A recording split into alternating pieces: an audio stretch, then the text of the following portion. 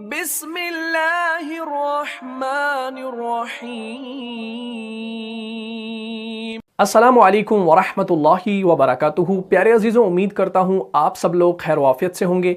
जैसा कि आप लोग जानते हैं कि पिछली वाली क्लास के अंदर हमने वस्तुल हलक के बारे में बात की थी, यानी आइन और हा का मखरज सीखा था। मुझे उम्मीद है आपने उस क्लास को पूरा देखा होगा और समझा भी होगा।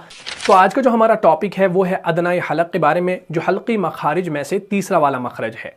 जैसा कि आप लोग जानते हैं कि इससे पहले हमने निचले वाले हलक के बारे में बात की, उसके बाद बीच वाले हलक के बारे में बात की। तो आज हम बात करने वाले हैं ऊपर वाले हलक के बारे में।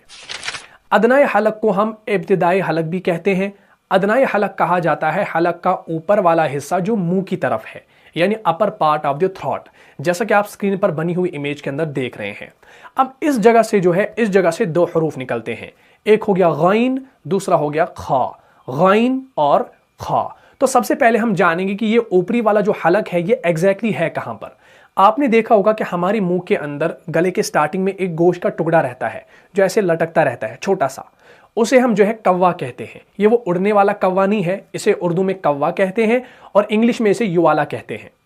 तो इस चीज को जहन में रखें। तो उसके साथ ही जो ऊपर वाला नरम तालो है जिसे हम सॉफ्ट पैलेट कहते हैं, उसी जगह से जो है गैन और खा निकलता है। यानी उसी जगह से जो है, सॉफ्ट पैलेट से जो है गैन और खा का मखरज है। तो अब सवाल ये पैदा हो जाता है, बहुत सारे लोग ये सवाल करते हैं कि जब भी हम गैन और खा को अदा करते हैं हम सही तरीके से इसको अदा नहीं कर पाते। इसकी क्या वजह है? देखिए, गैन और खा का जो मखरज है ये बहुत ही ज़्यादा सिंपल है, बहुत ही ज़्यादा आसान है, लेकिन फिर भी गलतियाँ क्यों होती हैं? वो इस वजह से होती हैं क्योंकि लोग जो है वो पुर और बारीक के अंदर फ़र्क नहीं कर पाते। गैन और खा जो है ये हरूफ मुस्तालिया के हरूफ हैं, और हरूफ मुस्तालिया कहते हैं उन हरूफ को जो हर हाल में जो है मोटे पढ़े जाते हैं, पुर पढ़े जाते हैं, मुंह भर के पढ़े जाते हैं।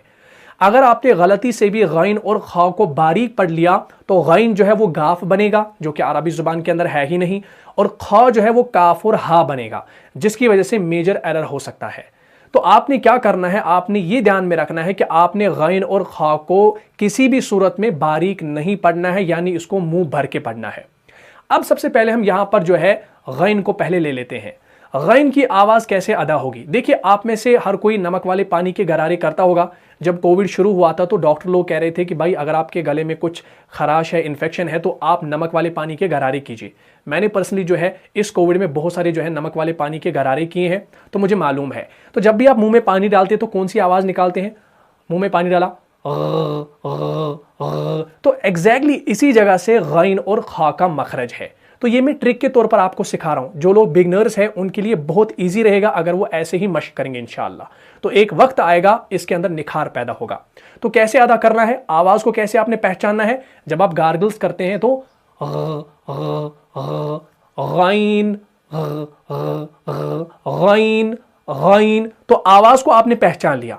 अब जो यहां पर मेन चीज आपने याद रखनी है जिसकी वजह से इसके तलफ़ुज़ में गलती ना हो, वो ये है कि आपने ये जहन में रखना है कि ये दोनों हरूफ जो है इनके अंदर तफ़ख़ीम पाई जाती है, यानी ये मोटे पढ़े जाते हैं, ये बारीक, ये पतले नहीं पढ़े जाते, यानी ये मुंह भर के पढ़े जाते हैं। बस ये चीज अगर आपके जहन में रह गई इंशाअल्लाह, तो आपका जो ये मखरज निकालना है ये बहुत ही ज्यादा आसान होगा।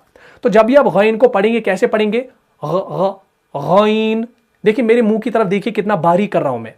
गैन, जैसे हम पढ़ते हैं ना, गासिकिन गासिकिन गासिकिन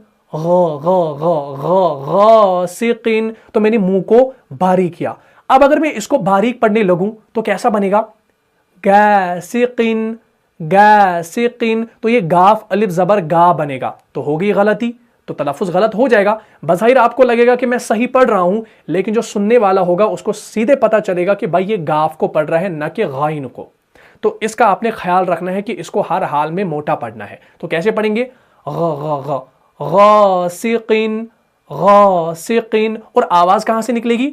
सॉफ्ट पैलेट से। लेकिन कैसे पता चलेगा? जब आप गरारे करते हैं,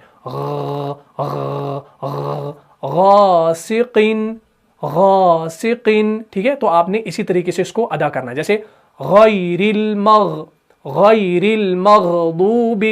गैरिल मग़दूबि, अगर आपने बारी किया तो गा गा गा गा गा गा गा, तो गाफ बनेगा, तो होगी गलती, सीधा तो पता चलेगा, लेकिन हर हाल में ये याद रखना है कि इसको मोटा पढ़ना है, बारीक बिल्कुल नहीं पढ़ना। तो ये खुद ब खुद इंशाल्लाह एक टाइम ऐसा आएगा इसके अंदर निखार पैदा होगा जब आप मश्क करेंगे। अब चलिए खा की जानिब। खा को कैसे अदा करना है? जैसे खालिदीना, खा खा खा खा खा, उसी जगह से जहां से गैन निकला उसी जगह से खा निकलेगा। तो कैसे? खा खा खालिदीना, खालिदीना, ठीक है। खलका खलका खलकल इंसान, ख ख ख ख ख ख। अगर आपने इस ख को बारीक पढ़ा तो कैसा बनेगा? ख ख ख ख ख ख ख ख ख ख ख ख ख। अगर ख पढ़ा तो ये खाना बनेगा, जैसे हम पढ़ते हैं ना खाना खाया, ये काफ हा अलिफ नून अलिफ बनेगा, तो ये वो वाला खाना बनेगा अगर आपने बारीक पढ़ा, याद रखना। तो खाना नहीं पढ़ना इसको, ख खा ख खा ख। पूरा और बारीक में फर्क करना है, अगर फर्क कर पाए तो सही तरीके से अदा कर पाओगे। तो कैसे पढ़ेंगे? गैन ख गैन ख गैन ख। तो आपने सबसे पहले जहन में रखना है कि जो जब आप गार्गलिंग करते हैं तो वो आवाज आपने जहन में रखनी है। ये मैं क्यों बता रहा हूं, ये मैं ट्रिक के तौर पर बता रहा हूं, जो लोग बिगनर्स हैं उनके लिए बहुत ईजी रहेगा। बाद में आपको इस चीज को ये ध्यान नहीं देना पड़ेगा इसके ऊपर, ये खुद ब खुद आपको जो है फिर इंशाल्लाह आ जाएगा। क्योंकि सबसे पहले जब आप रिकॉग्नाइज कर पाओगे कि गैन और खा को किस तरीके से अदा करना है, इसकी आवाज कहां से जनरेट हो रही है, एक बार जो ये इमेज आपके जहन में बस गई तो जब भी आप कुरान मजीद के अंदर गैन और खा को देखेंगे तो आप जो है फौरन जो है इसको अदा कर पाओगे। लेकिन फिलहाल आपने कैसे इसको करना है अदा? गैन खा गैन ख गैन ख गैन ख।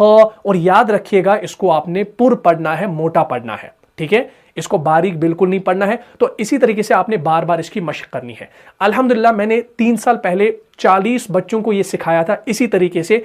अल्हम्दुलिल्लाह आज वो सही तरीके से पढ़ भी रहे हैं और अल्हम्दुलिल्लाह सुम्मा अल्हम्दुलिल्लाह बाकी लोगों को पढ़ा रहे हैं। आज वो उस्ताद बने हुए हैं माशाअल्लाह, तो आज वो लोगों को सिखा रहे हैं। तो ये सब अल्लाह का करम है। इंशाअल्लाह जितना आप मेहनत करेंगे उतना ही निखार पैदा होगा इसके अंदर और आप सही तरीके से जो है इसको सीख पाएंगे। तो मुझे उम्मीद है आपको अदनाए हलक अच्छे से समझ में आया होगा। अगर आपको इस क्लास से फ़ायदा हुआ है तो अपने दीनी भाइयों और बहनों में इसको लाजमन शेयर कर दीजिए। तो मिलता हूँ इंशाअल्लाह अगली क्लास में, तब तक के लिए आप खुश रहें, सलामत रहे, अमन में रहे, हिफाजत में रहे। अस्सलामु अलैकुम व रहमतुल्लाहि व बरकातुहू।